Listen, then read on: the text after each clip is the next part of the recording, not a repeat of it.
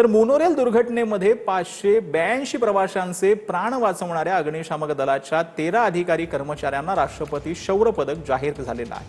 मागील वर्षी Mansoor colony monorail स्थानकाजवळ मोनोरेल बंद पडून झालेल्या दुर्घटनेमध्ये जवळपास 582 प्रवासी अडकले होते। या बचाव कार्याची दखल घेत 13 अधिकारी आणि कर्मचाऱ्यांना राष्ट्रपतींनी शौर्य पदक जाहीर झालेलं आहे।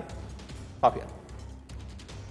तर शौर्य पदकासाठी मुंबई अग्निशामक दलातील 13 अधिकारी कर्मचाऱ्यांची निवड करण्यात आली। यामध्ये RN अंबुलेकर, AV Parab, MK Sawant, IK Kamble यांचा समावेश आहे।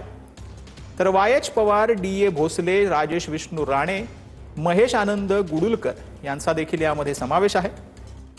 तर हरिल शंकर कटके, चिंतामणी शिवाजी खांडकर, विकी नागेश सरकटे आणि सुदर्शन घनश्याम पाडवे हे देखील यामध्ये त्यांना शौर्य पदक जाहीर झालेलं आहे।